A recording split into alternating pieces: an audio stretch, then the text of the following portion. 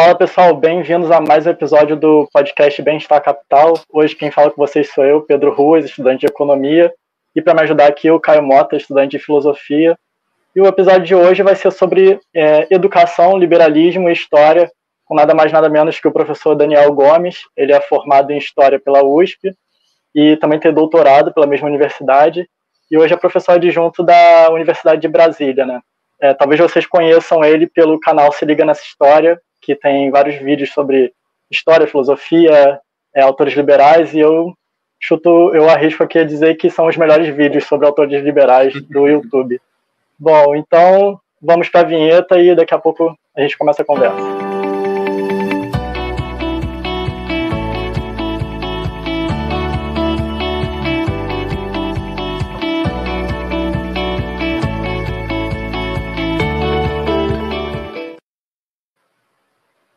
Bom, obrigado pela apresentação, Pedro. Boa tarde, bom dia ou boa noite, né? Dependendo aí do horário que o pessoal está escutando, está assistindo a gente. E eu achei legal, Pedro, você falar desses vídeos, né? Eu queria até começar comentando um pouco sobre isso, porque, de fato, muita gente me conheceu por conta desses vídeos. Eu tenho sido chamado para muitas organizações, grupos parecidos com esse, né? Algumas semanas atrás, o grupo Caia Pós me chamou, com uma ideia bastante parecida, inclusive, com esse grupo aqui. Então, muita gente me chama por conta desses vídeos, né? E eu acho interessante falar como é que surgiu a ideia de fazê-los, né? Eu comecei a bolar esses vídeos mais ou menos uns 6 anos atrás, e foi exatamente quando eu fiz a qualificação do meu mestrado, né? Porque eu estudei o Thomas Paine, a gente vai conversar sobre ele, né, na entrevista. Eu estudei esse teórico, esse pensador, que é o Thomas Paine. E durante a minha primeira parte do mestrado, né, a qualificação do mestrado é quando você apresenta um pedaço do mestrado. Eu lembro que o professor Cícero Araújo virou para mim e falou: ó, Daniel, vez ou outra aí, você cita a coisa do liberalismo, mas você cita errado. Dá para ver com muita clareza que você leu pouco sobre isso, e você precisa melhorar suas leituras e sua concepção sobre liberalismo. Né? Quem disse isso foi o professor Cícero Romão, um grande professor lá da ciência política da USP, e o meu orientador, né, que foi um italiano, que deu aula na USP por muito tempo, hoje já é aposentado, que é o Modesto Florenzano, também é alguém que estudou muito esses temas do pensamento político, né?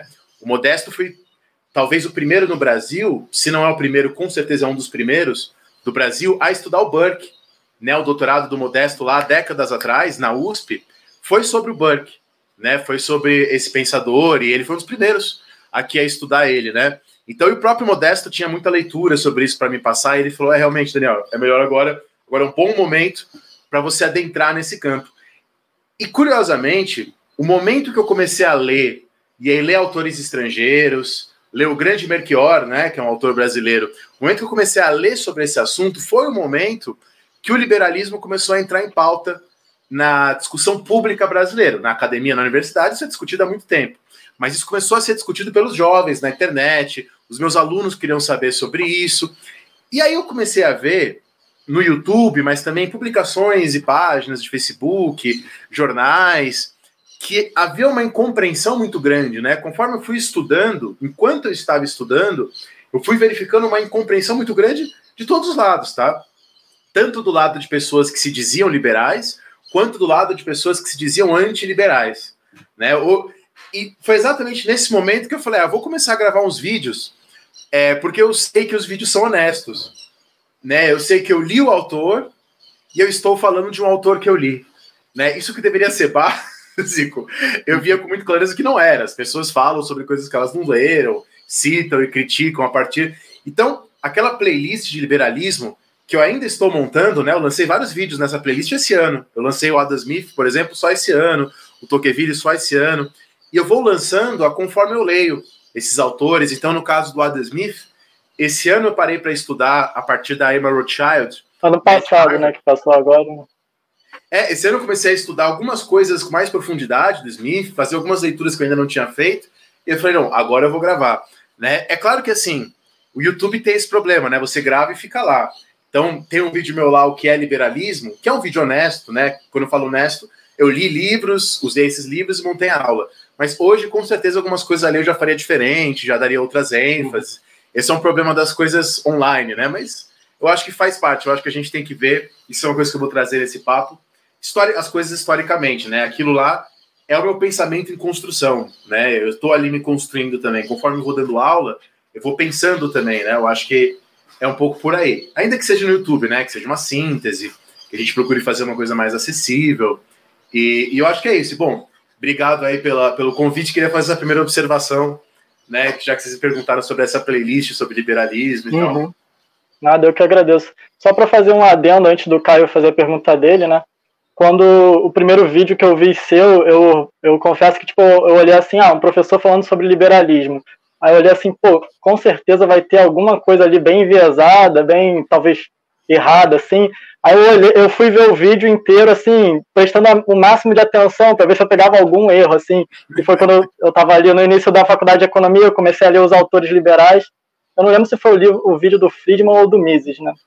Mas eu fiquei vendo o vídeo, e quando terminou o vídeo, eu fiquei, cara, que vídeo perfeito, porque ele realmente pegou o autor e simplesmente botou o que o autor fala. Ele não deu, assim, não forçou a barra nem nada. Eu lembro que no livro do Mises também, você atenta que ele não era um anarcocapitalista, né? Ele era um liberal mesmo, por mais que ele fosse radical, ele defendia a democracia. E às vezes conversando com o pessoal que é seguidor do Mises, às vezes eu conversando, o pessoal acha que ele é anarcocapitalista, algumas coisas assim. Porque você vê que o cara realmente não se dá o trabalho ali de ler nem os livros ali mais panfletários e tal. Obrigado pela sua fala, muito generosa, mas eu vou só discordar de uma pequena coisa, né? Que você disse assim, não é um vídeo enviesado.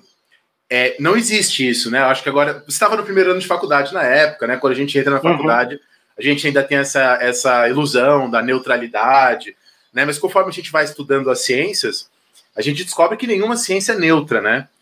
Todas as ciências, elas têm a ver com seleções, elas têm a ver com escolhas. Então, assim, esse vídeo sobre Mises não é um vídeo neutro, porque eu abordei um livro do Mises, que foi aquele livro da década de 1920, né? Não abordei outros livros do Mises, né? E por que eu escolhi aquele livro do Mises para fazer o vídeo? E eu vou te dizer, aí você vai ver que não há neutralidade. Eu escolhi justamente porque ao ler aquele livro, entre outros, eu vi que ali tinha muitas coisas que supostos seguidores, para usar a linguagem de Instagram, né? Supostos seguidores do Mises dizem, mas o Mises ali diz o oposto. Então, é um livro que o Mises dá uma grande ênfase, por exemplo, na oposição que ele faz à proibição das drogas e do álcool, né, que estava em vigor nos Estados Unidos naquele momento, tá? Então, assim, o Mises, ele não é, nesse aspecto aí, um pensador conservador, vamos dizer assim, se a gente quiser começar a rotular as coisas, mas a gente não precisa disso, né? Então, ele é alguém que ele é a favor da desregulamentação de muitas coisas, né? Então, muitas coisas que supostos seguidores dele... Então, eu escolhi aquele livro por isso. Então, você vê que não é um vídeo sem viés, ele tem um viés, porque ele tem um propósito, né? Mas, então não existe, vou até citando um jornalista, né? Não existe discurso neutro. Todo discurso, toda aula, todo livro, ele sempre tem valores, ele sempre tem lados. Então, todos são... Agora, existem coisas que são honestas e desonestas, aí sim. Então, não é um vídeo neutro, não é um vídeo imparcial, porque isso não existe. Ali tem escolhas, tem ênfases, mas eu posso dizer que é um vídeo honesto, porque de fato eu li o texto e eu me ative ao texto, não menti, não falei coisas que não estão lá, e eu tentei me ater ao contexto histórico, né? E tentei fazer uma análise crítica. De fato, há ali um momento que o Mises, de novo para usar uma linguagem de internet, passa pano para o Mussolini, né? Embora depois ele mude de posição, né? Mas assim, é inegável que há vários liberais, não todos, né, mas que há vários liberais ali naquele contexto do Mises que, tão cegos pelo combate ao comunismo, passam a aderir ou a ser simpáticos ou coniventes, no mínimo, com o regime fascista. Né? Mas, de novo, e esse é um pouco o que eu quero passar aqui para você. Não são todos. Né? O Mises é um caso de alguém que foi ali conivente com o governo fascista no começo. E o Mussolini já tinha o discurso e tal. Agora, outro liberal, que eu gosto mais do que o Mises, que é o Benedetto Croce, né, o italiano, escreveu um texto, né, o Manifesto Antifascista. Né, então também não é correto, como alguns dizem, agora os antiliberais às vezes gostam de dizer na internet, todos os liberais apoiaram o fascismo e tal. Não, a coisa é sempre mais complicada, né, do que as caixinhas e esqueminhas, né. Acho que a palavra honesta é realmente mais assertiva do que não enviesada, né, porque tem essa discussão e tal. Mas pode falar, Caio. Primeiramente, gostaria de agradecer a presença do Daniel. Queria dar boa noite para o pessoal aqui, Pedro, o Júlio que está auxiliando. E antes de fazer a questão, Daniel, engraçado que você falou do Mises, e tem um pouco essa discordância entre as pessoas que supostamente leem o Mises, as pessoas que verdadeiramente leram o Mises, que esses tempos atrás a gente postou na página, que eu sou colaborador, eu e o Pedro, a Estado Evolucionário, a gente postou uma citação do Mises, do livro Liberalismo segundo a Tradição Clássica, que foi logo depois da tentativa de golpe do Trump. Aí tem uma citação do Mises, que ele fala no capítulo sobre democracia, que ele elogia a democracia por ser uma forma que oferece uma transição pacífica de poder. Aí surgiram várias pessoas dizendo que não, o Mises não falou isso. Eu fiquei, gente, é uma citação, a gente pegou do livro, vocês podem conferir. Então é engraçado ver isso, a imagem que as pessoas criaram do Mises e o que o próprio Mises disse. Mas já partindo para a questão, vai ser uma questão que relaciona um pouco a questão do liberalismo e o próprio ensino. Em várias das suas aulas, você fala sobre a qualidade do ensino de pensadores liberais ou próprio pensamento liberal, ou mais a má qualidade do ensino do pensamento liberal. Aí você chega, inclusive acaba falando sobre o Adam Smith, que nunca encontrou uma apresentação correta ou adequada do pensamento do autor. Aí minha pergunta vai meio que no sentido duplo. Primeiro, por que você acha que existe essa má qualidade no ensino de pensadores liberais? Ou seja, quais as razões dessa má qualidade? E segundo, qual o impacto dessa má qualidade do ensino nos próprios alunos? Tanto que você diz que essa má qualidade do ensino é verificada tanto no ensino médio, tanto na graduação. E tendo em vista que está tendo uma demanda muito grande por liberalismo nos últimos anos, como você acabou de falar, você acha que se a escola, por exemplo, no ensino médio, não passa bem esses autores, tem um risco dos alunos irem para as fontes menos confiáveis, mais duvidosas, que falam sobre liberalismo? Então, basicamente é isso. Não, obrigado pelos comentários, obrigado pela pergunta. Só uma pequena correção, só para ninguém me entender errado, sobre esse vídeo do Adam Smith.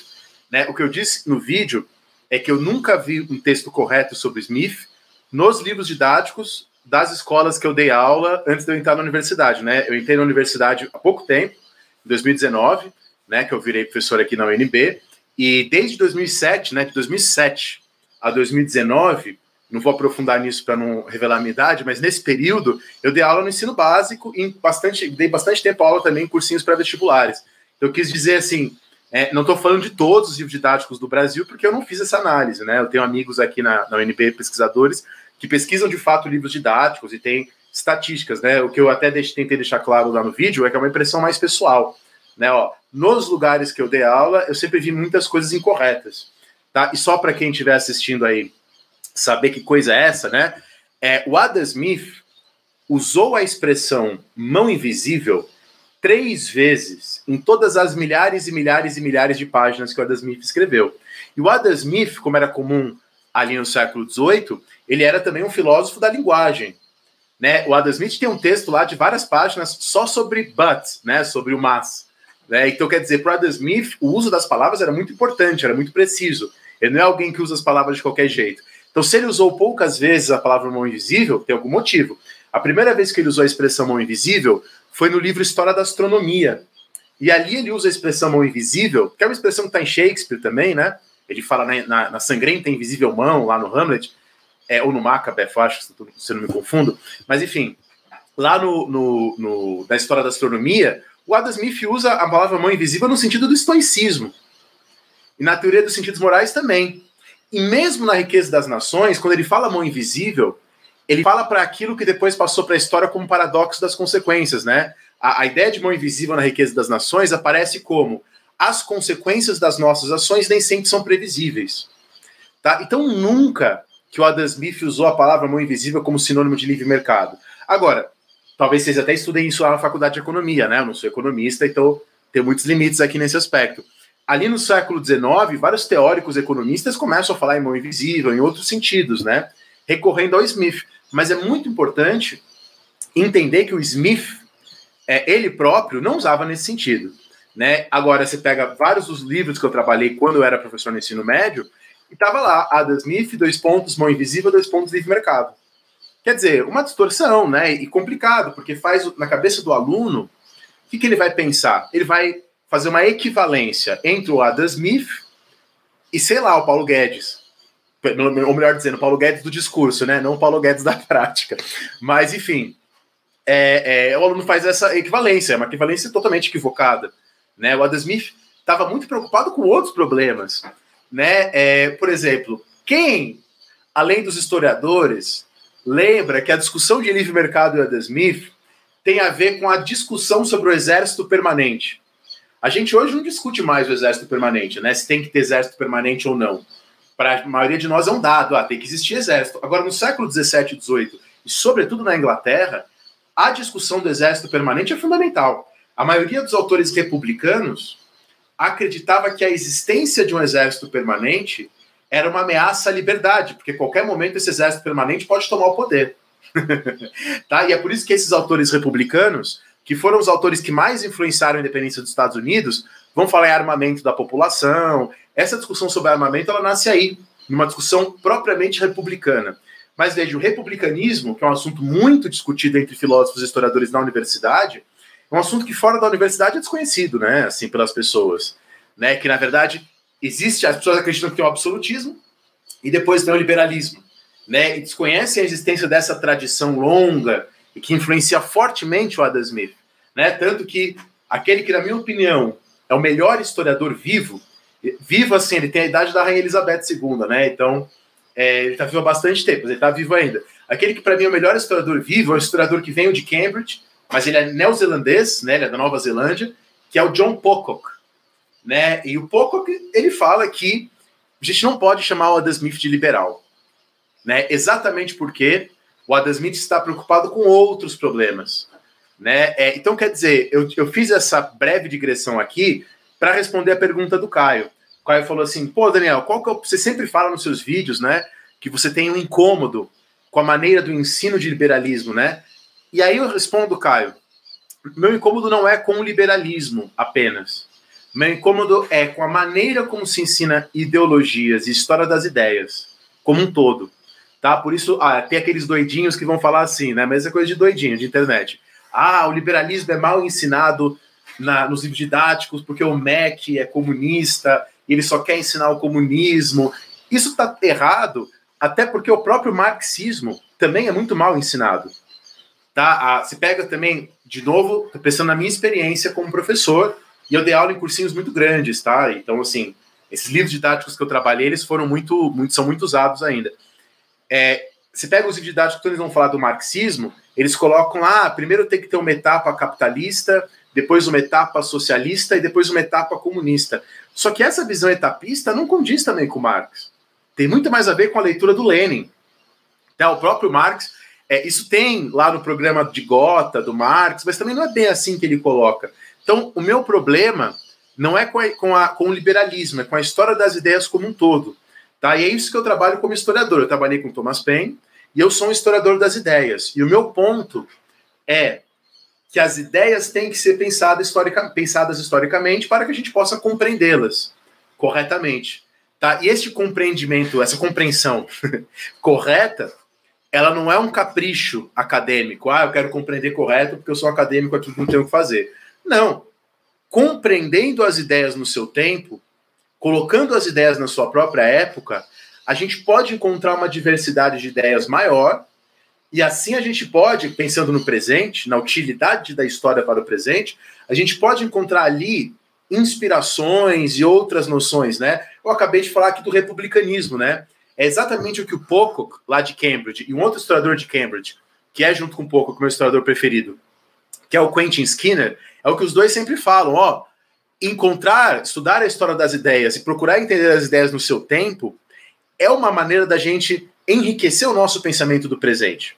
Então, o que se faz, muitas vezes, e não sempre, e estou falando no ensino básico, não nas universidades, o que se faz muitas vezes é colocar as ideias como se elas fossem atemporais. A gente até escuta as pessoas falarem isso, essa ideia aí do Adam Smith é atemporal. E o meu ponto é que isso não existe.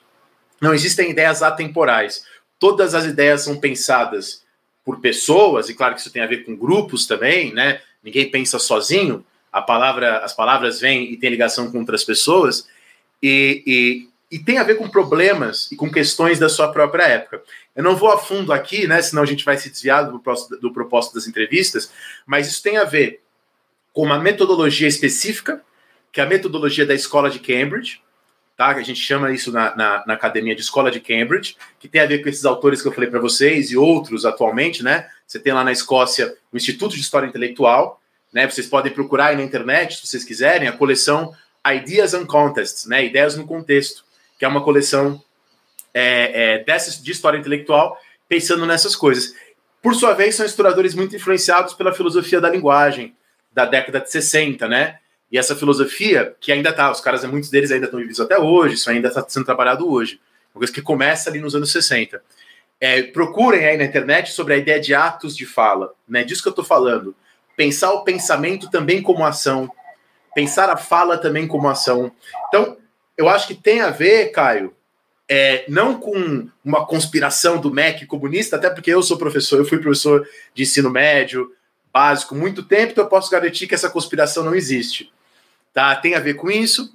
Ao mesmo tempo, né, tem a ver com a desvalorização dos professores no Brasil, porque eu falei para vocês aqui, um monte de historiador, um monte de pensador, vários textos que não tem em português, né, esses textos de filosofia da linguagem, raríssimos têm em português. E quer dizer, imagina que você é um professor do ensino básico no Brasil, que ganha R$10 a hora a aula, que tem que dar 40, 50 horas de aula por semana, né, como é o caso do meu pai, que ainda é professor, né, no ensino básico, ainda ganha muito mal, tá? Muitas vezes as pessoas não vão ter tempo. Agora eu vou pegar meu tempo livre e vou ler um historiador inglês de Cambridge, tá? Se você quer melhorar o ensino, e é o que eu quero, é o que vocês querem, o que os professores têm que ter? Tempo.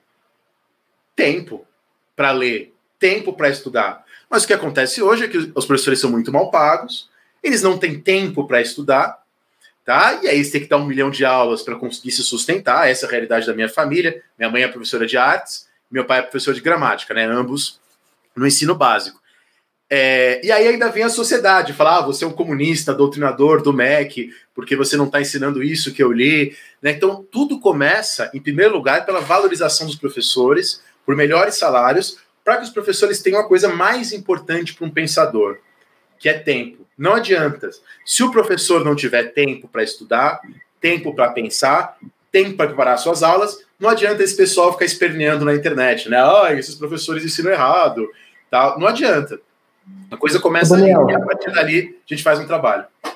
Então é uma explicação mais simples. Não existe uma conspiração à la Olavo de Carvalho contra liberais. É um problema geral contra todas as explicações de ideologia. E o problema é simples, falta incentivo ao professor a fazer um bom trabalho. Não tem grandes explicações conspiracionistas. Então é basicamente isso. E é interessante que você falou do Quentin Skinner, que ele começou falando sobre atos de fala também. Lá do Langshaw Austin, pouco conhecido. Isso. Que vem do Austin, né? Toda essa discussão, perfeito. Agora o Pedro. Continuando nesse assunto aí de educação, né? Ser professor não é algo simples e é uma coisa assim que eu admiro muito, principalmente quando eu saí do ensino médio. Quando eu entrei no ensino médio, eu tive professores muito bons, e quando eu entrei na faculdade, eu tive professores assim com uma didática não tão boa quanto os do ensino médio. Eu percebi o quanto que professor é uma técnica, não é simplesmente o cara chegar lá e falar, né? E quando eu vejo seus vídeos, eu fico assim pensando qual a técnica que você usa para conseguir, primeiro, essa questão que você falou de, tipo, você tem um tempo limitado para estudar aquilo e apresentar de uma maneira complexa e honesta, e ao mesmo tempo tem que ser de uma maneira simples que as pessoas entendam, né? Sem perder aquela complexidade toda. Como é que é essa técnica? Como é que você faz isso? Não sei se você pode falar também, porque óbvio, a forma que você ganha dinheiro, né?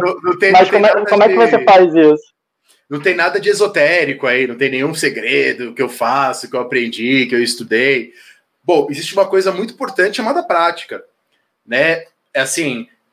Fico muito agradecido que vocês achem meus vídeos bons do Siga Nessa História, me sinto muito envaidecido com isso, mas é muito importante saber que antes de eu conseguir chegar nesse nível, que é um nível legal, que ainda tem muito para melhorar, mas que de fato é um nível legal, que demorou para eu chegar, eu errei muito. Eu dei muita aula no ensino médio, falei muita bobagem já em sala de aula, fui corrigido por alunos, já tropecei muito. E aí, nesse sentido, tem, em primeiro lugar, assim, essa humildade, né? De você ter a prática, praticar, falar, errar, ouvir seus colegas. Então, eu tive pessoas ao longo da minha vida que me ajudaram muito, né? A começar, como eu te falei, pelos meus pais, que são professores de ensino básico até hoje, né? Embora eu não goste dessa palavra ensino básico, superior, né? Enfim, que dá uma impressão de hierarquia que não é exatamente o que é o correto, né? Que é algo até ruim, que a base, na verdade, é o mais importante. Mas, enfim, eu tive pessoas ali que me ajudaram muito. Eu tive o meu pai, que me ajudou muito. Tive grandes professores nos lugares que eu dei aula, que sentaram comigo e falaram, ó, Daniel, faça isso, fala aqui, faça aquilo. O que eu recomendaria para um jovem professor que eventualmente está assistindo a gente é justamente ter essa humildade de ouvir, falar. Às vezes o jovem tem essa coisa de achar que já sabe tudo, achar que já é bom e não ouvir uma opinião diferente. Então, saber escutar, saber ver, né? E justamente eu tive essas pessoas muito sábias, né? Meu pai e também o Modesto, que foi o meu orientador na iniciação científica, no mestrado e no doutorado. Né, uma grande sorte, é o maior especialista em Revolução Francesa que a gente já teve morando, embora ele não seja brasileiro, né, mas morando e trabalhando e produzindo aqui no Brasil. Então, ele, assim, sempre soube me dar toques e sempre soube me corrigir, né, virar para mim e falar, Daniel, isso aí que você fez está muito ruim. Esse texto que você escreveu está horrível. Isso aí, ó, joga fora. Daí, quando eu falo que ele fez isso, tem um artigo meu sobre liberalismo e democracia, inclusive, que vai sair na revista da USP, em breve, né, na revista de história da USP. E ele me ajudou, né? Eu falei, ô Modesto, o que você acha desse trecho? Eu mostrei para ele que eu estava produzindo. E ele falou, ó, Daniel, isso aí tá horrível. Isso aí não vai ser aprovado de jeito nenhum. Ele já tem mais de 70 anos, né? Então ele não tem nenhuma trava. Isso é muito bom para mim, né? Porque ali, de fato, eu melhorei muito. Então não tem segredo. É ter humildade, escutar, ver, conversar, a prática, né? Tentar, além de outros professores.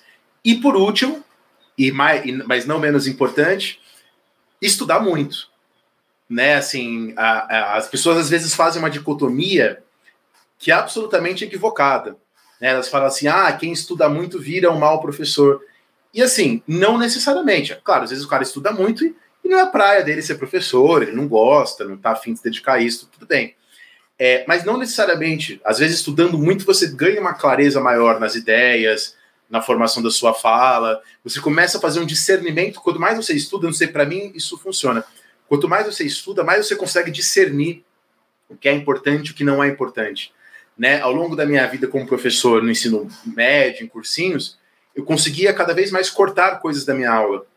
Né? Porque quando você estuda mais, você consegue distinguir o que é para mim e o que eu tenho que ensinar para os meus alunos, né? Quando eu comecei a dar aula, eu queria falar tudo que eu sabia, né? E aí ficava uma coisa sem nível, né? Sem o mais importante, sem o menos importante.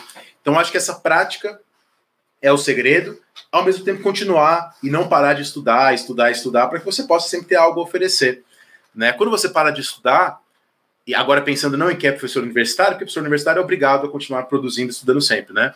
Mas quem não é professor universitário, quando você para de estudar, você começa a cansar pela repetição, né? Isso, vi muitos colegas assim, isso mata um pouco a sua aula, né? Esse cansaço.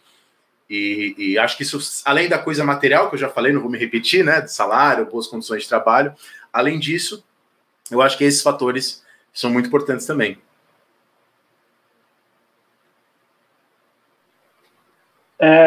Minha outra pergunta para você é que, se eu não me engano, ano passado você lançou o livro, né? Filosofia para Mortais, não é isso? Isso, tá até aqui, ó. Ganhou uns exemplares hoje. Uhum. Como é que foi escrever esse livro, assim, passar... Que, óbvio, você já escrevia na universidade, né, para o mestrado, doutorado, mas eu acho que... como é que foi fazer esse livro para o grande público também, né? Você passar essas técnicas que você teve no YouTube agora para outra mídia, né? Teve muita diferença ou não? Vou dar a minha resposta e tem a ver com várias coisas que vocês dois já perguntaram. Tem um texto curto do Foucault, vocês acham na internet fácil, chamado Que é um Autor. Né? É um texto assim, eles perguntam o que é um autor de um livro. E aí depois eles perguntam também o que é uma obra. E eu, assim, estou completamente de acordo com as coisas que o Foucault fala, e depois, assim, é um texto engraçado, né? Porque o Foucault fala, depois tem comentários do Lacan, comentários, né, de outros grandes pensadores.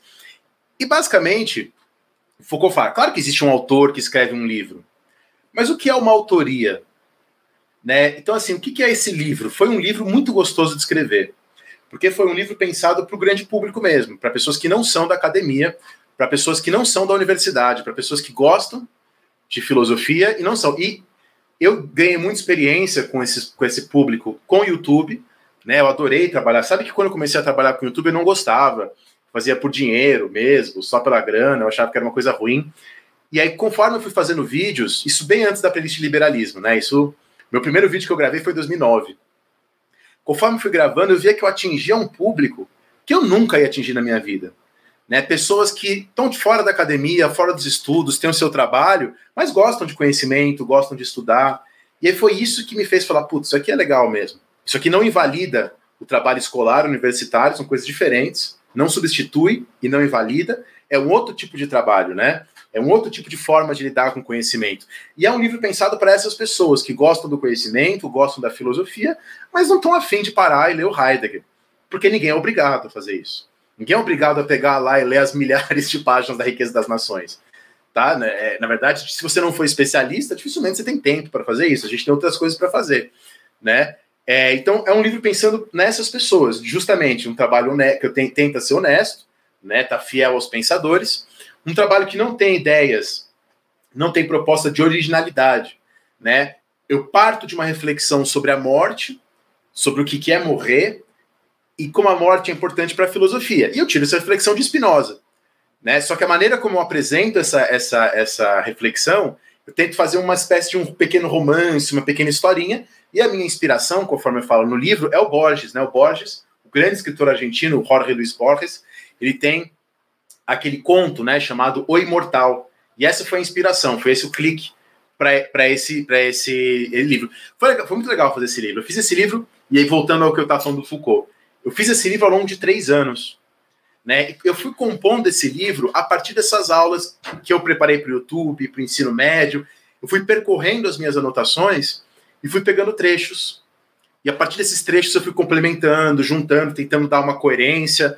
Né? Embora eu falo de várias coisas, tento fazer um texto com começo, meio e fim, né? Tanto que eu pego o tema da morte e tento amarrar, colocar seriados, filmes, desenhos, para tentar deixar uma coisa acessível e atrativa, né? Como eu estava falando para vocês. E, novamente, não existe autoria individual. Existia eu lá escrevendo. Mas a HarperCollins, por exemplo, que é a editora que eu lancei, é uma grande editora, né? E eu tive uma editora, que é a Diana, maravilhosa, que me deu toques sensacionais. Tá? Se não fosse a Diana, meu livro seria muito diferente. Mas não apenas a Diana. As pessoas que fizeram correções gramaticais. Eu tive uma revisora de filosofia. Então, por exemplo, eu até não tenho o menor problema em falar isso. Tinha um momento que eu estava discutindo ali o sublime em Kant e eu cometi um equívoco. E essa revisora de filosofia falou, Daniel, isso aqui não é bem assim. Né? Ao mesmo tempo, eu me inspirei, né, em outros autores que fazem coisas semelhantes. Tem um autor norte-americano que eu indico para quem gosta disso, chamado Todd May. Eu me inspirei muito na maneira como ele escreve. Ele também tem um texto sobre a morte, eu cito isso tudo no livro, falo, me inspirei nesse texto, essa coisa da honestidade, né, que a gente tenta sempre praticar. Então, assim, eu sou o autor, mas o livro não seria nada, não fosse a editora, não é que não seria nada, né, mas o livro seria muito diferente se não fosse a editora, seria muito diferente se não fosse a HarperCollins, seria muito diferente se não fossem os vários amigos meus que leram e deram conselhos e deram sugestões, tá? Sem contar esses autores aí que eu me inspirei, essas maneiras de escrever, né? Então, um autor nunca é um autor, né? Ele sempre está inscrito numa rede muito mais ampla do que ele. É por isso que o Foucault vai falar que não há propriamente um autor que escreve uma obra inspirado, né? E eu acho que vocês vão concordar depois dessa exposição, né? E além do mais, outra coisa que o Foucault fala, que além de tudo, tem um leitor, né? Porque a obra está produzida. Aí o que as pessoas vão fazer com essa obra é outra coisa. Então tem várias pessoas lá no Instagram que eu fico muito feliz, porque elas pegam trechos, postam, me marcam, mas a leitura que elas estão fazendo do livro é bem diferente do que eu quis passar do livro. E isso não tem nenhum problema. É assim mesmo que funciona a história do pensamento. Tem as intenções do autor, e eu acredito que elas existam, e aí eu discordo um pouco até do Foucault, que não dá muito valor para as intenções. Mas depois tem as leituras, as apropriações, as maneiras como as pessoas vão lidar com esse texto, né? Por isso que um texto não é uma obra de um autor, ele é uma rede muito mais complexa, tanto na sua produção, quanto na sua circulação e na sua recepção. Uma coisa que eu aprendi com esse livro, por exemplo, talvez vocês não saibam, quando você vai no aeroporto e você vê livros lá expostos, o fato do livro estar mais acima ou mais abaixo, a posição que ele está ali na exposição do aeroporto não é arbitrária, aquilo foi pago.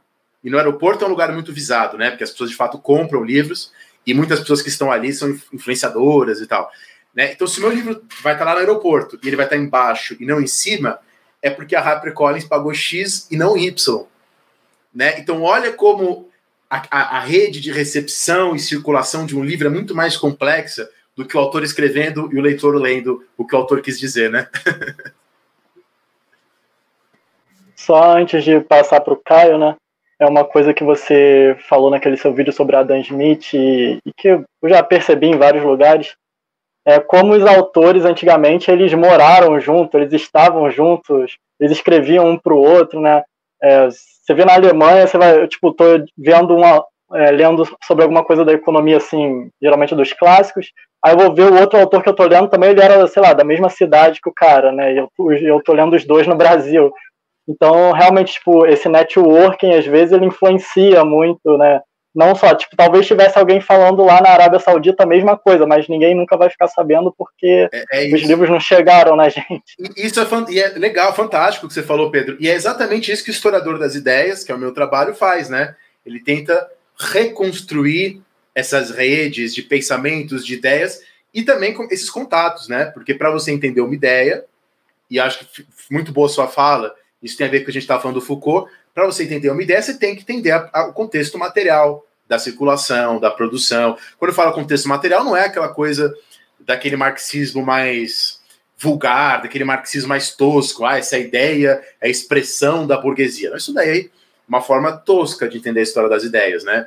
É entender o contexto material no sentido mais profundo. Tem também uma influência de classe, claro, tem também uma influência de circulação, de recepção, né? Lembramos que a ideia de luta de classes também é uma ideia que os liberais usavam muito no começo do século XIX, né?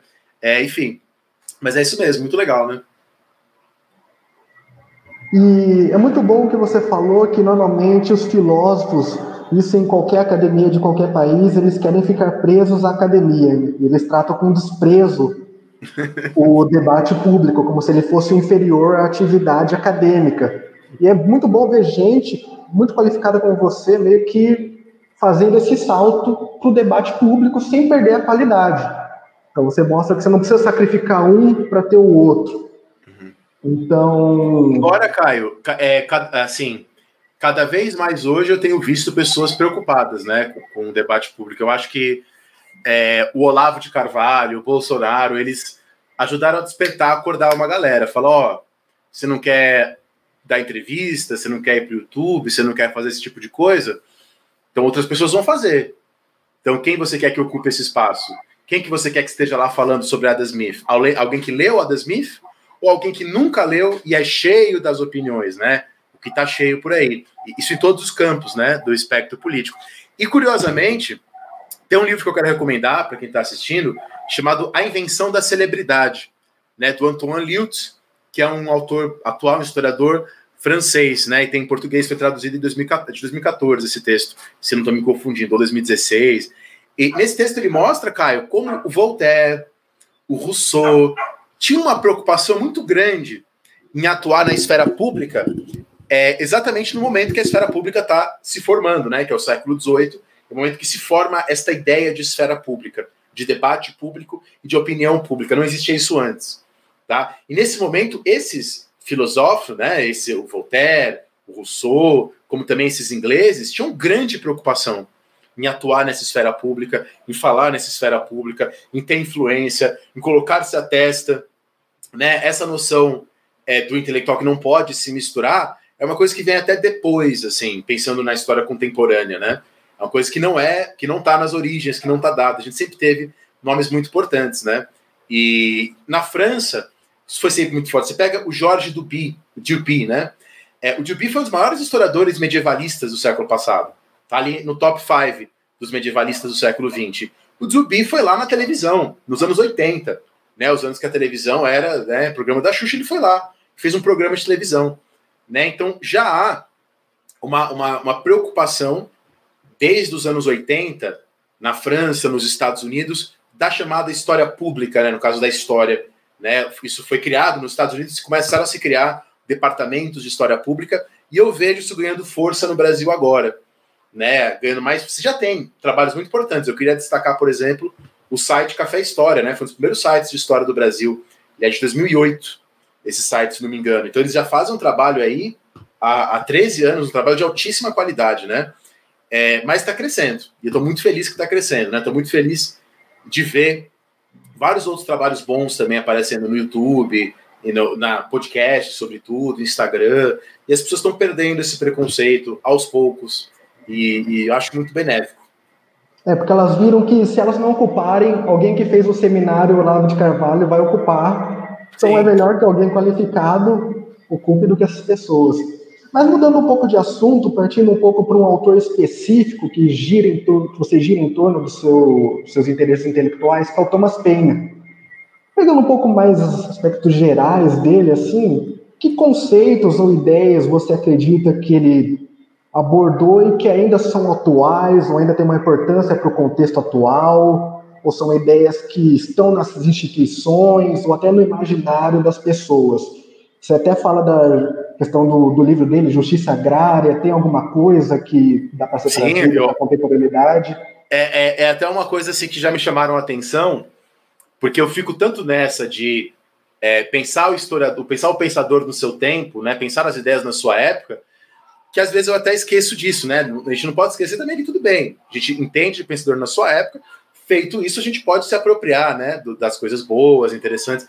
E justamente nesse momento que eu falei para vocês da minha qualificação de mestrado, quando começou-se a falar mais de liberalismo no Brasil, eu vi que o Paine tinha a ver com liberalismo, e tem a ver com liberalismo, e ele oferecia uma coisa muito mais rica. Alguém no YouTube uma vez colocou assim, eu gosto que, num comentário de vídeo meu, eu gosto que o Thomas Paine nos ajuda a combater a polarização. Eu achei bonitinho, né? Porque ele entendeu um pouco da essência do que eu quis dizer. É um pensamento complexo que nos ajuda a sair de caixinhas e encontrar ali... Alguns encontram no Paine. Então, por exemplo, o Ronald Reagan, adorava o Paine. E no seu discurso, ele citou o Paine. Está em nosso poder criar um mundo novo. Lá nos Estados Unidos, a extrema-direita, né, o Tea Party, ele se apropria muito do Paine. Tá? É claro que é uma apropriação que, no meu ponto de vista, não é correta. Tá? Mas, assim, para dizer que existe essa apropriação. Tá? Agora, por outro lado, você tem um site de esquerda socialista, né, que é o Jacobin, né, o Jacobin, né, que é o nome jacobin.net, tem lá um texto do Sean Monahan chamado Ler Paine pela Esquerda. Quer dizer, a importância do Paine para o comunismo.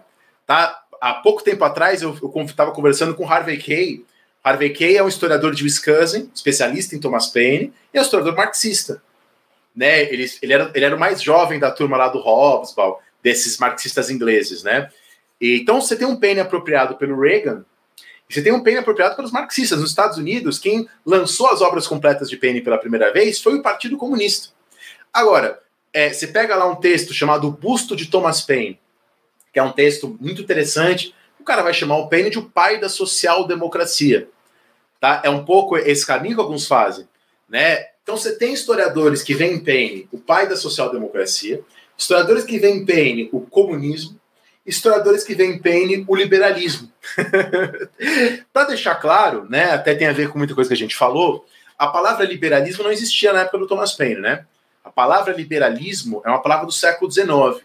Até onde a gente sabe, a primeira vez que ela é usada é na Espanha, quando os espanhóis estavam lutando contra Napoleão, né, lá na região de Cádiz. Então, até onde a gente sabe, é ali que se usa a palavra liberalismo pela primeira vez. A palavra liberal, ela existe desde a Idade Média, mas ela tinha outros significados. Né? Na Idade Média, você tinha as artes liberais, né, que é a pessoa que estudava gramática, retórica, dialética, quer dizer, são os estudos dignos de um homem livre. No século XVIII, tem um historiador norte-americano que reconstruiu isso muito bonitinho, né? Fugiu o nome dele aqui, depois eu passo para vocês. No século XVIII, a palavra liberal ela conhece uma mudança. Ela começa a ter a ver com liberdade. Né? O Adam Smith, na Riqueza das Nações, já fala num sistema liberal de livre comércio. Quer dizer, já é uma mudança na palavra liberdade. Mas, eu fiz essa pesquisa, isso vai estar nesse meu artigo, a maioria das pessoas ainda usava a palavra liberal no sentido assim de liberalidade, de uma coisa mais boa, mais benéfica, né? E aí essa palavra vai se associar ao liberalismo no século XIX. Por isso que quando a gente fala que o Locke é liberal ou que o Adam Smith é liberal, são projeções nossas. Eles não se viam como liberais, porque não existia isso. Tá? E como a gente sabe, nos Estados Unidos, na década de 1930, 40, com o governo Roosevelt, né, o Franklin Delano Roosevelt, liberal vai começar a ser associado à esquerda, né? E aí a palavra liberal nos Estados Unidos tem um significado diferente do que tem pra gente devido a essa época do Roosevelt. Bom, e qual é o lugar do Paine nisso tudo? Tá? Então, quando eu chamo o Paine de liberal, é porque eu acho que ele tem ideias parecidas com o que 15 anos depois da morte do Paine vai ser chamado de liberalismo. Quer dizer, ele está muito próximo, né? E não é que quando a pessoa inventa a palavra liberalismo, ela inventa todas as coisas. Ela inventou a palavra para nomear um processo que já estava acontecendo, né? Então, eu acho que o Paine tem a ver. Só que o Paine é diferente dos outros. A maioria daqueles pensadores, no final do século XVIII, começo do século XIX, que tinham a ver com o que depois será chamado de liberalismo, a maioria deles era contra a democracia. Por quê? Porque eles defendiam os direitos naturais, liberdade de expressão, igualdade perante a lei, direito à propriedade privada, mas eles acreditavam, então o Guizot acreditava nisso, o Benjamin Constant acreditava nisso, que se houvesse uma democracia, a população ia querer acabar com esses direitos, que a democracia ia virar ditadura da maioria. Esse era o pensamento da maioria dos liberais. Democracia é tirania das massas. Tá? O Paine é um dos únicos, esse é o tema do meu artigo que vai sair, já foi aprovado, né? Então eu acho que a ideia é mais ou menos coerente. O Paine é um dos únicos que vai dizer não necessariamente a democracia implica a destruição do liberalismo. É possível conciliar liberalismo, quer dizer, eu não vai usar o termo liberalismo, né? Mas é possível conciliar liberdade, igualdade e propriedade com democracia. Só que para que isso aconteça, diz o Paine, é preciso ter voto universal, porque se uma pessoa for privada do voto, ela vai legitimamente se revoltar. E ela tem razão com isso. Então é preciso que haja em primeiro lugar. Segundo, é preciso que haja, e aí entra o texto Justiça Agrária, né? É preciso que haja condições mínimas para todo mundo. Porque se a gente vive num sistema liberal, democrático, e a pessoa não tem o que comer, ela tem total razão em sair por aí revoltando e quebrando coisa. Se a gente tem um sistema liberal democrático e a pessoa não tem oportunidades, então o Paine vai dizer que uma democracia liberal só se realiza se a gente tiver o mínimo para as pessoas. Tá? E, novamente, o Paine não é um comunista, é o contrário disso. Tá? A gente já tem revoltas comunistas na época do Paine, a gente tem a revolta do Graco Babef, ainda não com esse nome comunistas, que é o nome da década de 1840, mas querendo a comunidade da terra. E esse texto de Justiça Agrária é escrito exatamente em reação a essas revoltas que aconteceram na França em 1797. O Paine vai dizer, para a gente não ter mais gente querendo lei agrária ou fim da propriedade, a gente tem que dar um mínimo para todo mundo, a gente tem que dar oportunidades para todo mundo. E é aí que o Paine vai defender a taxação da herança, é isso que ele defende, e a partir da taxação da herança, a gente forme um fundo, e por esse fundo, a gente tem uma renda básica universal. É a primeira proposta de renda básica da história. Tá? O Milton Friedman também tinha uma proposta de renda básica, né? Mas ele vai criticar o Paine. Ele vai dizer que a taxação sobre herança, ela traz vários problemas, né? Por exemplo, evasão, enfim. Ele vai colocar várias coisas lá no Capitalismo e Liberdade, né? Vocês conhecem bem. Mas, de qualquer forma, o Milton Friedman vai concordar com um princípio filosófico. Ele discorda dos meios, né? Mas ele concorda com os princípios filosóficos. Não existe uma democracia liberal estável com uma pobreza extrema. E para a gente acabar com essa pobreza extrema, aí o Milton Friedman vai defender um imposto de renda negativo, né? Que é se o cara não ganha o suficiente para pagar o imposto de renda, o Estado tem que dar esse mínimo para ele. Né? Então, quer dizer, a tradição, e o Hayek também fala lá que o liberalismo não é incompatível, né, com o sistema de seguridade social. Então, eu acho que essa é uma grande herança do Paine. E uma herança consciente. O Milton Friedman falava em Paine, o Hayek falava em Paine.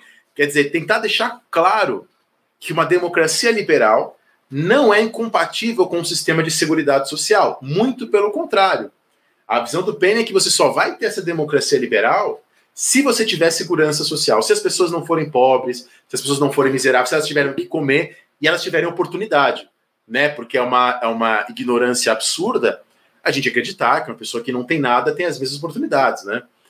Então ele vai defender ali que todas as pessoas tenham condições mínimas. Né? Ele fala lá e dá um exemplo, mas é tipo do século XVIII, né? Que a pessoa tem pelo menos uma vaquinha e uma pá para que ela possa começar a trabalhar.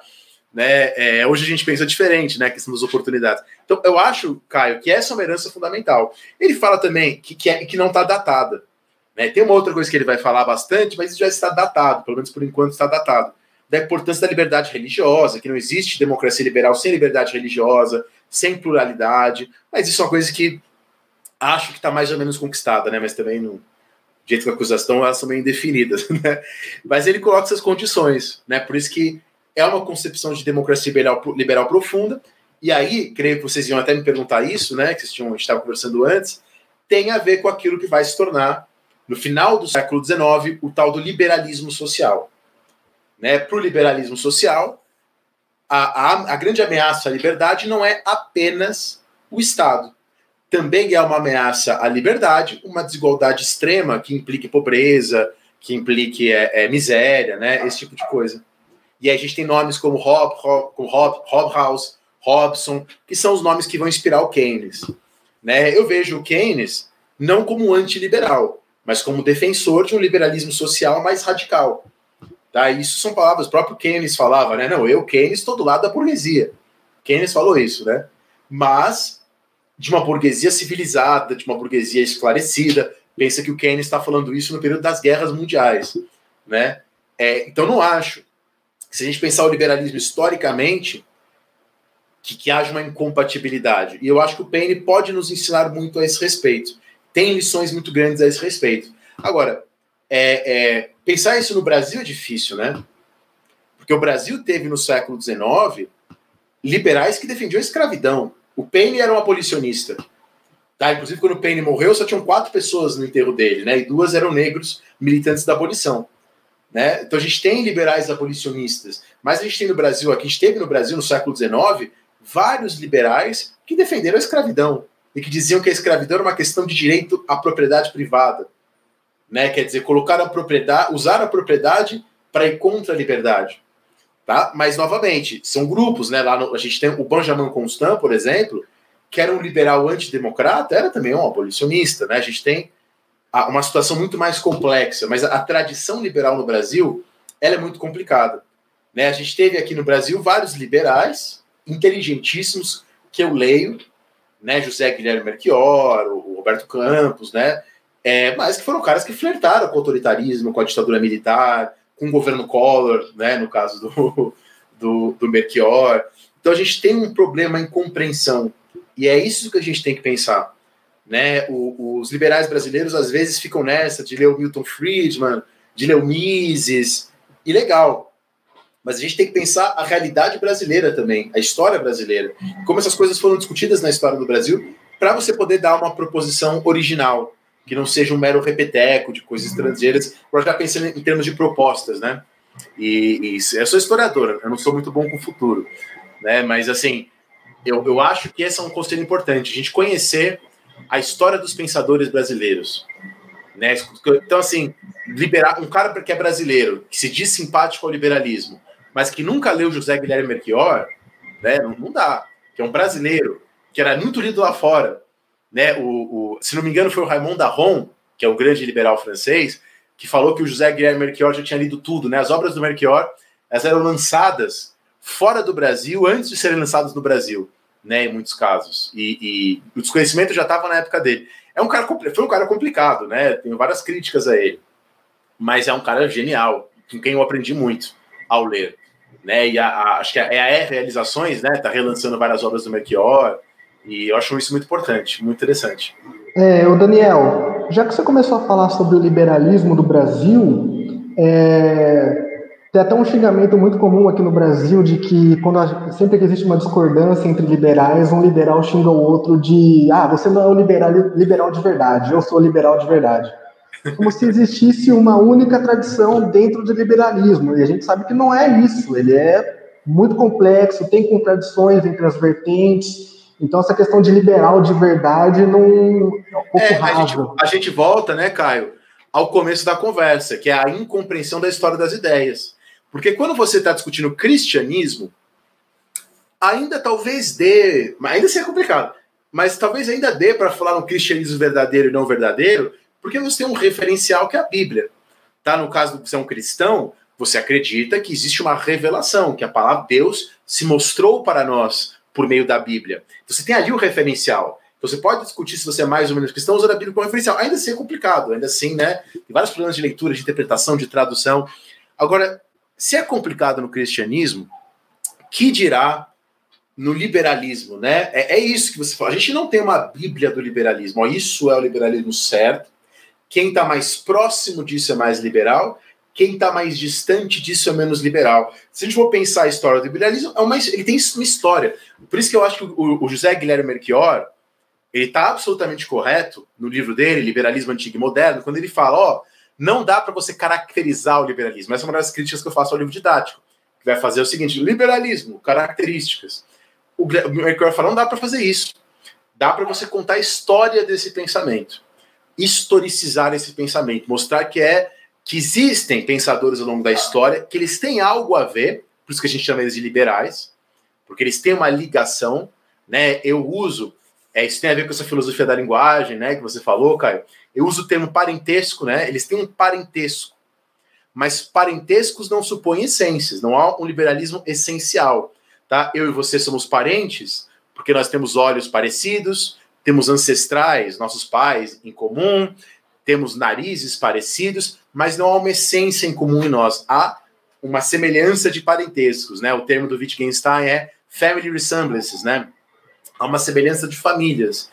Mas então a gente pode descrever a história desse pensamento. De fato, eu já vi o pessoal digladiando na internet por causa disso. De fato, a maioria dos liberais do século XIX eram antidemocratas. A maioria. Uma quantidade expressiva desses liberais eram escravistas.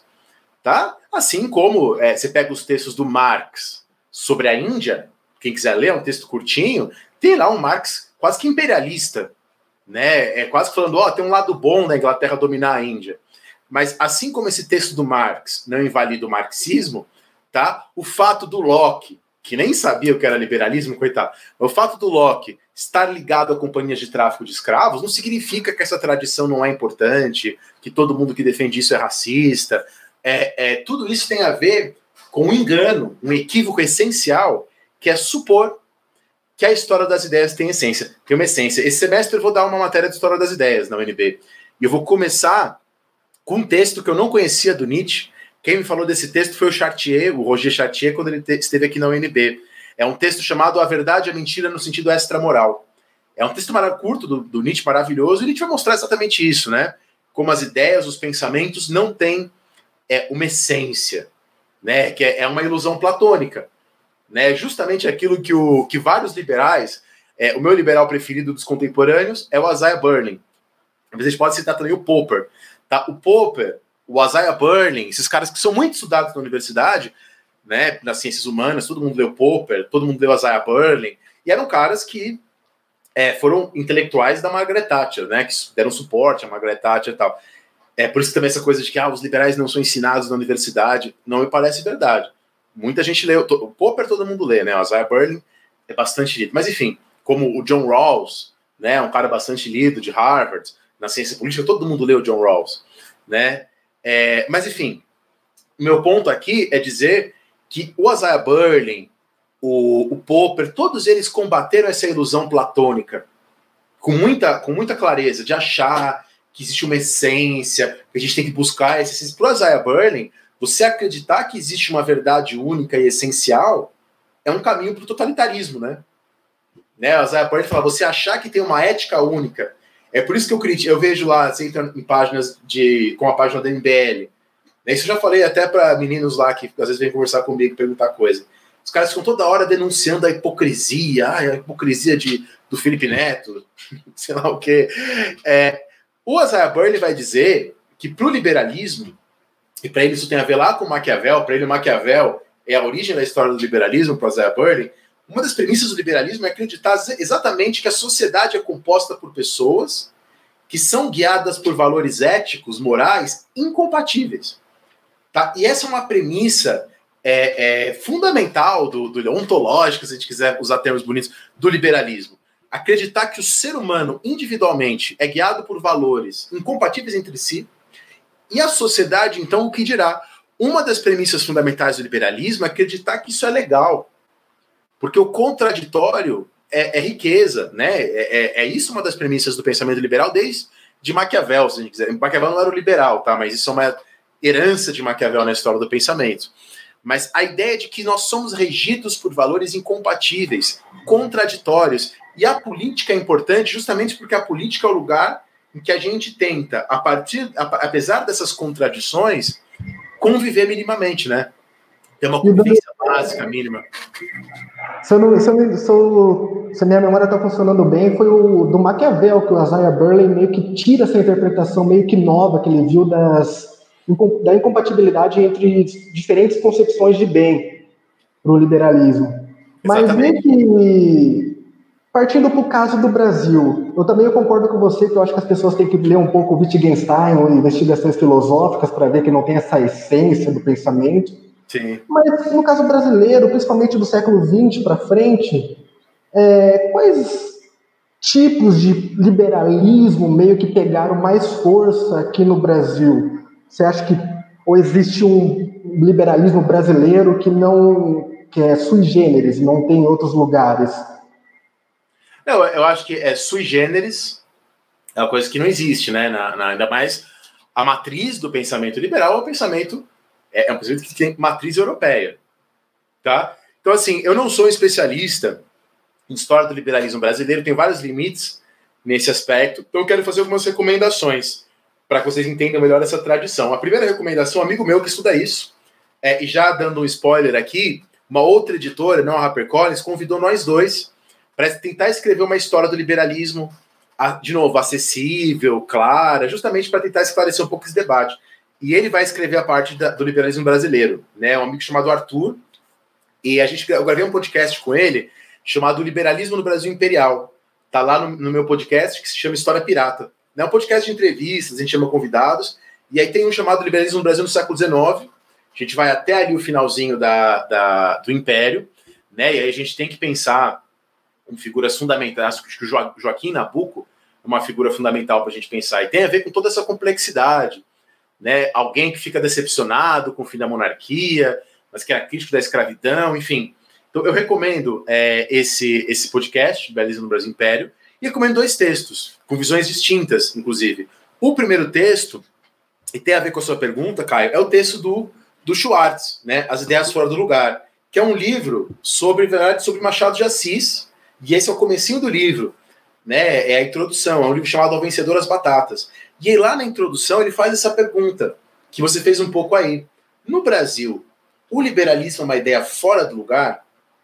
Tá? Eu acho que o Schwartz ele foi muito mal compreendido, eu acho que ele foi muito mal entendido, né? Acho que as pessoas às vezes acham que para ele o liberalismo é uma coisa importada, mas não é exatamente isso que ele fala, né? Ele vai tentar mostrar uma dialética do liberalismo. É uma ideia que vem de fora, mas que a gente se apropria.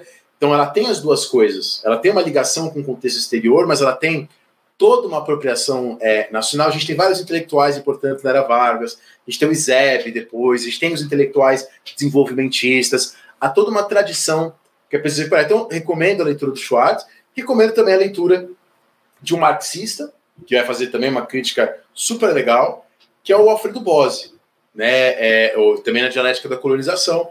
O Alfredo Bose também vai pensar a questão do liberalismo brasileiro. Então, recomendo esse podcast, depois a gente vai fazer uma parte 2, mais didático, e esses 2 textos, Ao Vencedor das Batatas, a dialética da colonização, para começar a pensar o liberalismo no Brasil, para encarar as contradições. Eu acho que para o liberalismo no Brasil, vale a mesma coisa que o George Orwell falou sobre o fascismo. Né? O Orwell falou assim, a gente não compreende o fascismo porque tem coisas sobre o fascismo que a direita não quer admitir. Eu acho que ele estava se referindo justamente a esses apoios, né, que a gente falou. Assim como tem coisas que a esquerda não quer admitir, né, sobre o fascismo, se a gente pensar as ligações com o stalinismo, se a gente pensar naqueles socialismos autoritários no século XIX, que o Mussolini se inspira. Então, todo esse debate besta, ridículo, se o fascismo é de direita ou esquerda, que é um debate estéril, que não vai levar a gente para lugar nenhum, e não vai levar a gente para lugar nenhum porque ninguém ali está preocupado em compreender o fascismo, né? As pessoas ali estão preocupadas em acusar, em falar, você de esquerda é mal e eu sou bom, ou você de direita é mal, eu sou bom. Então, esse debate besta tem a ver com essa incompreensão, né? Então, isso vale para o fascismo, isso vale para o liberalismo. Há coisas ali que muitos estudiosos da história do liberalismo não querem admitir. Eu não gosto do historiador Domênico Losurdo, não concordo com as abordagens dele, não concordo, e quase nenhum historiador concorda com as posições dele sobre o stalinismo, mas a gente tem que ler a contra-história do liberalismo dele, até para fazer uma boa crítica. Né? Ele tem um livro, A Contra-História do Liberalismo, que ele se propõe a fazer uma história crítica. É um livro bom, ele leu as coisas, ele é um erudito. Né? Então a gente tem que admitir coisas que a gente às vezes não quer admitir, ver as coisas que a gente quer também, gosta, para justamente a gente poder fazer proposições e sair, né? Eu falei isso ontem com o pessoal que me perguntou umas coisas sobre o panelaço, e sair dessa camisa de força, né? De ficar nessa coisa, nível discussão de Facebook, que tristemente eu vejo às vezes contaminando até discussão dos jovens na academia, os jovens universitários, descontaminados com essa maneira meio Facebook de discutir as coisas. Então, conhecer essa história. Tem também o Antônio Paim, tem várias críticas também à maneira como Antônio Paim escreve a história do liberalismo. Tá? Eu não acho nem que é uma história, eu acho que é um compêndio de pensadores, exatamente o que eu não gosto de fazer. Né? Mas, aprendi muito com ele, leio os livros dele, ele tem também, né, uma história do liberalismo no Brasil, e ele também coloca lá uma série de autores que eu acho que todos eles, eu destaquei o Melchior, mas eu acho que toda essa série de autores merecem ser lidos, autores contemporâneos, autores críticos. Não sei se foram vocês que perguntaram do Mark Lilla, né, também. Enfim, há uma série de pensadores contemporâneos que têm que ser lidos. Eu acho uma bobagem ficar preso ao Mises, né? Eu acho que ele teve a sua contribuição. Eu acho um autor problemático em vários aspectos, mas de qualquer maneira é um autor que estava pensando lá para os anos 20, 30, 40, 50, 60. A gente tem que atualizar o nosso debate e conhecer a nossa própria história para poder fazer um diálogo mais interessante e fazer uma proposta legal, né? Para ver se a gente sai desse buraco, né, que a gente está. Só caminhando aqui para a última pergunta, né? Eu vejo também que tem um problema muito de um tribalismo, né? As pessoas têm que se dividir em tribos, né? Que é uma coisa até que alguns biólogos dizem que é essencialmente humano isso. E também tem uma ideia, que eu não sei se ela é religiosa, mas é que existe o mal e o bem, e isso está completamente formalmente dividido. Essas são essências muito claras, quando não é, né? E eu acho que uma coisa que, assim, defendendo um pouco a economia, que é da onde eu venho, a economia tem uma abordagem um pouco mais instrumentalista. E as pessoas criticam um pouco, e realmente tem alguns problemas, mas o bom da abordagem instrumentalista é que no final você tem que olhar ali o que funciona, o que não funciona. E quando você vai ver os modelos, né, por mais, por exemplo, que tenha um debate entre o Keynes e entre o Friedman, né, no final o modelo tem tanto do Keynes quanto do Friedman. Então, tipo, não tem como você ler o modelo sem assumir que os dois tinham coisas certas, assim. Então é importante a gente ler os autores e tirar o que tem de bom neles, né, e não simplesmente demonizar ou tornar eles anjos, assim, para ficar cultuando. Vocês que fazem economia de fato, né, vocês sabem que a coisa não é assim, então o Friedman é tudo, né, vocês sabem que é uma coisa muito mais complicada, né? Vocês estudam todos esses autores. Sim. É bem mais complexo. Às vezes alguém vem perguntar, mas e daí o Keynes está errado? Quem está certo? Isso aqui eu fico... é meio difícil explicar, porque todos têm contribuições, né? Mas só indo para a última pergunta. Mas eu acho que no que você falou tem uma coisa de fundo, é uma hipótese minha que muita gente não vai gostar, que é o seguinte, que eu acho que o liberalismo ele traz uma inversão. E a gente ainda não se tocou desse trauma que o liberalismo traz. E é por isso que o Isaiah Berlin percebeu isso. Para o Platão, e quando eu falo para o Platão, eu falo para a tradição platônica, falo para o cristianismo, de onde vem o bom, a coisa boa? Então, assim, eu faço uma boa ação. O bom vem do bem. Então, lá no mito da caverna, você sai da caverna, existe o sol, que é a ideia de bem, que ilumina todas as outras ideias. Então, isso vai influenciar a tradição cristã. Tudo que é bom tem uma matriz divina. Agora, o liberalismo, muita gente não vai gostar nada disso, mas o liberalismo tem algo de anticristão. E os papas do século XIX perceberam isso. Porque ele tem um pouco a ideia de que o bom não necessariamente vem do bem. Né? Não é da matriz da ideia boa que vai vir o bom. Por isso que um dos grandes nomes da tradição liberal é aquele texto do Bernard de Mandeville, né? A Fábula das Abelhas, vícios privados, benefícios públicos. Né? Então essa ideia da competição, essa ideia do egoísmo, às vezes poder gerar o bom, tá? Isso que está lá em Maquiavel, de alguma maneira, ele vai ser apropriado por uma tradição, né? E por isso que o Maquiavel é importante nessa discussão. Acho que tem um pouco a ver com o que você falou, né, Pedro? Porque quando as pessoas acreditam que existe o bem e o mal, elas acreditam que existem duas substâncias na natureza, e duas substâncias distintas. Daí a gente pode identificá-las, mas ontologicamente falando, né, o liberalismo é baseado na pressuposição de que o bom e o mal, né, o mal com U, né, e o bom, eles estão super entrelaçados. Né, e que, na verdade, moralmente, no final das contas, a gente acaba abandonando essas categorias, né? Eu acho que tem a ver com isso, né? Não sei se eu viajei muito. Eu acho que o Popper tem um pouco disso, assim, também, que ele é um pouco crítico do Platão e tal, apesar de criticarem a visão filosófica dele, mas ele tem umas abordagens interessantes sobre isso. Porque eu acho que o Popper não está falando de Platão, né? Ele está falando acho que isso que às vezes a pessoa não entende. Pô, aquilo não tem a ver com o que o Platão realmente disse. Eu acho que não é isso que preocupa ele. Eu acho que ele está preocupado com uma apropriação, né? Que é o que eu acabei de falar. Não é exatamente o que o Platão diz, essa ideia do bem, não é? E Platão, ele tem vários textos distintos, a gente nem sabe várias coisas sobre ele. A gente está falando de uma tradição na história do pensamento, sobre isso que esses caras estão falando, né? Muito mais sobre apropriações e sobre a história do pensar do que exatamente sobre o autor, nos seus próprios termos, né? Acho que tem a ver com isso. Uhum. Só para fechar, né, você trata o Thomas Paine como um precursor ali do liberalismo social, e ele foi bastante criticado pelos dois lados das ideologias políticas, também foi apropriado pelos dois lados, como você disse, né? Você acha que tanto o pensamento quanto a própria vida dele, né, de ter sido um pouco marginalizado, ela de alguma forma ela prevê assim o que pode acontecer se você tiver essa abordagem do liberalismo social, ou for mais simplesmente de centro, assim, pegar coisas dos dois lados? Porque, né, Pedro, se tem uma moral dessa nossa conversa, que a moral da história é que não tem dois lados, né? Que nem sei se lados também é o nome. Até eu brincava quando eu estava lá no ensino médio, né? Porque na faculdade eles já sabem disso. Mas no ensino médio, os alunos às vezes vinham, professor, você vai mostrar os dois lados da história? Aí eu falava para eles,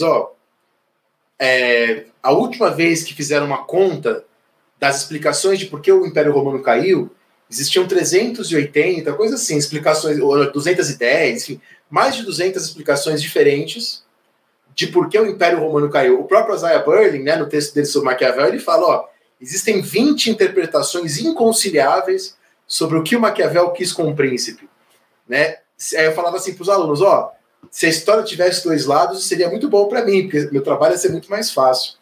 Né? Então, ela tem lados infinitos, e lados também não é legal, né? Porque parece que é uma coisa que tem um centro, e não tem esse centro, né? A história como universo, ela é descentrada, né? Ela é muito mais próxima do universo do Giordano Bruno, né? Com várias habitações irregulares e sem um centro. Mas, no caso do Paine, ele vive isso muito bem, né? Porque o Paine é alguém que vem da classe operária. Ele era um operário, né? Ele era um fabricante de espartilhos, né? Ele fabricava espartilhos para mulheres. O Paine, diferente do Burke e das elites, né? Ele nunca frequentou uma universidade. Ele era um autodidata e ele frequentava cursos do Ferguson, de grandes filósofos. Ele chegou a frequentar esses cursos. Nesses cursos que ele conheceu o Benjamin Franklin, na Inglaterra, fez amizade com Benjamin Franklin, e até os 36 anos ele era um desconhecido, que tinha por um período trabalhado como funcionário público no fisco, né? Só que ele era um cara que não fazia o trabalho dele. Ele ia na taverna, ia no bar e falava assim, quanto que você me deve? O cara do bar falava R$10, o Paine falava, beleza, e não ia conferir. Por isso ele perdeu o emprego dele. Né? E ele participou de um motim para aumentar o salário dos caras, perdeu o emprego de novo, 36 anos, Ele era alguém desempregado, desconhecido, sem formação universitária, amigo de várias personalidades importantes, devido a esse caráter autodidata dele. E aí o Benjamin Franklin falou, ô Penny, por que você não vai tentar a vida lá nos Estados Unidos? E aí ele se muda para Pensilvânia. E é muito louco, porque ele se muda 2 anos antes da independência dos Estados Unidos, então ele era um recém-chegado, sem formação universitária, e o texto dele, o Common Sense, se torna a principal obra da independência dos Estados Unidos. Né? O texto principal, o próprio George Washington falou isso, né? O George Washington, numa carta, disse que é um texto que mudou a cabeça, operou transformações extraordinárias na mente das pessoas. Né? O Penny luta na Guerra dos Estados Unidos, depois ele se muda para a França, porque além de pensador, de jornalista, ele trabalha como jornalista nos Estados Unidos, escreve textos contra a escravidão, contra a opressão das mulheres, e ele vai para a França para fazer uma ponte. Ele era também físico. Ele tinha projetado a ideia de uma ponte que se sustentaria sem pilastras. Aí quando ele chega lá, começa a Revolução Francesa.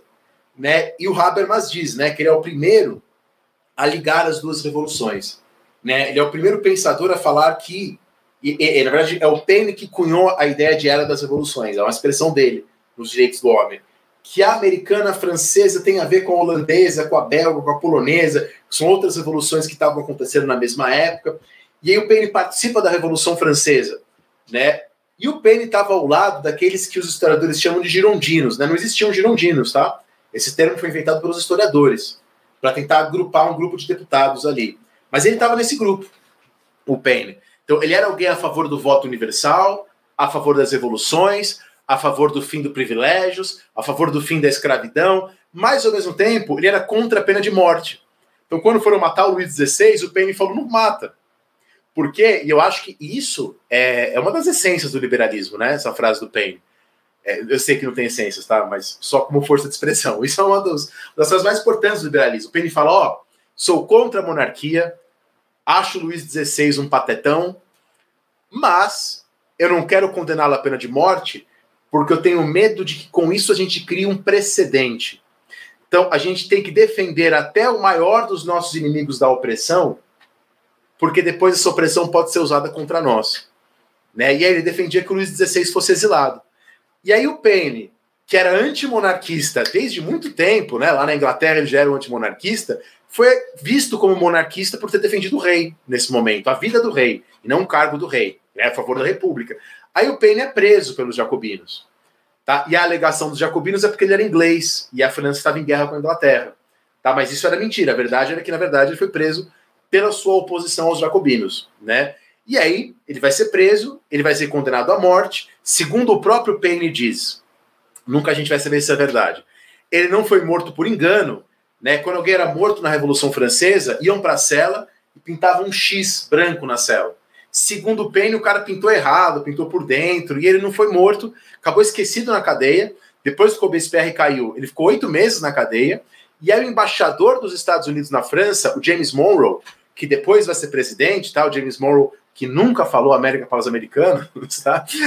O James Monroe ajuda o Penny a sair da cadeia, e aí o Penny, que já tinha se oposto à monarquia inglesa, já tinha arrumado inimigos nos Estados Unidos por ser abolicionista, Thomas Jefferson, George Washington, todos eles tinham pessoas escravizadas, né? Todos eles eram fazendeiros.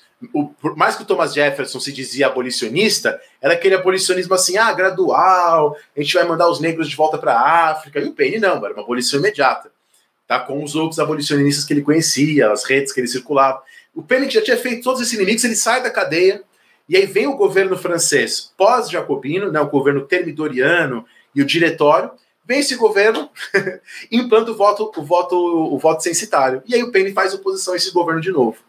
Tá? E aí ele vai se desiludindo, e passa o resto da vida nos Estados Unidos. Só que nos Estados Unidos, esses caras com quem ele atuou, Thomas Jefferson, Benjamin Franklin, não queriam saber dele mais. Por quê? Porque o Penny não era cristão. E ele escreve um livro, The Age of Reason, fazendo uma crítica ao cristianismo, dizendo: todo mundo tem liberdade de ter a religião que quiser, inclusive o cristianismo. Então, eu vou criticar, mas se você quiser acreditar, se você quiser. Mas eu, na minha liberdade de expressão, vou tentar mostrar que o cristianismo não pode ser verdadeiro, porque é uma religião contrária aos princípios da razão, aquela coisa bem iluminista, né? Você tem uma ideia do impacto do The Age of Reason? O The Age of Reason é um texto que ele escreveu, entregou para um amigo dele antes de ser preso, aí é publicado, enfim. Você tem uma ideia do impacto? Em Harvard, que já existia nessa época, a universidade, todos os alunos receberam um texto do Bispo Watson, bispo anglicano, que era uma resposta ao Paine. Quer dizer, era um pensamento tão forte ali na Universidade de Harvard que era uma universidade religiosa, calvinista, né? Que as lideranças tiveram que entregar panfletos de resposta ao Paine.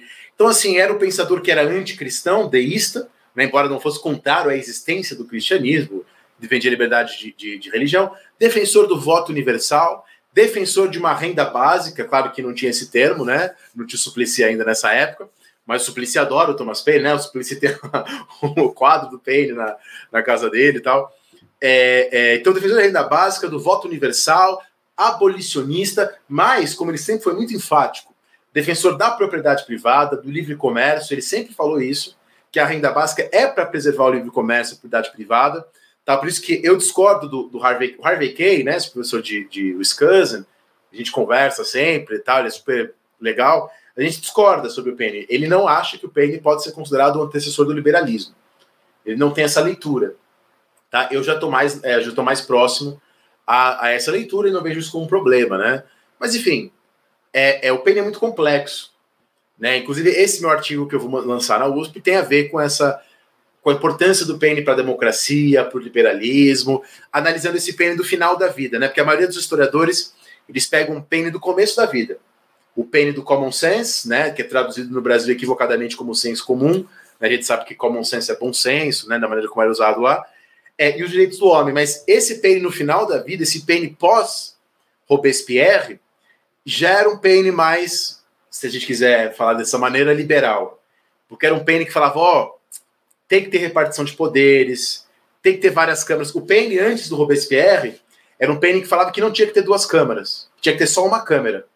O Paine, depois de Robespierre, já muda de ideia. Ele fala, tem que ter uma Câmara dos Deputados, um Senado, porque a gente tem que ter uma repartição de poderes maior. Então, mais liberal, né, vamos dizer assim, no final da sua vida, embora nunca deixou de ser abolicionista, democrata, a favor do voto feminino. A Mary Wollstonecraft, né, ela era próxima ao Paine. O Paine influencia o lançamento das obras dela.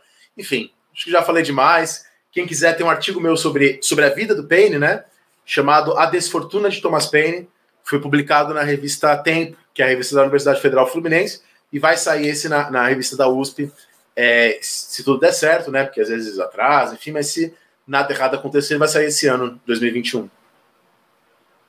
Bom, então eu vou agradecer aqui ao Caio por ter vindo aí me ajudar aí com a entrevista, com o Júlio que está na produção, e o Daniel Gomes por ter dedicado o tempo dele aí a falar com a gente e ter dado essa aula aí pra gente. Obrigado aí, Daniel. Eu que agradeço, foi super gostoso aqui a conversa, não tô cansado, tô de férias aqui, foi super gostoso pra caramba.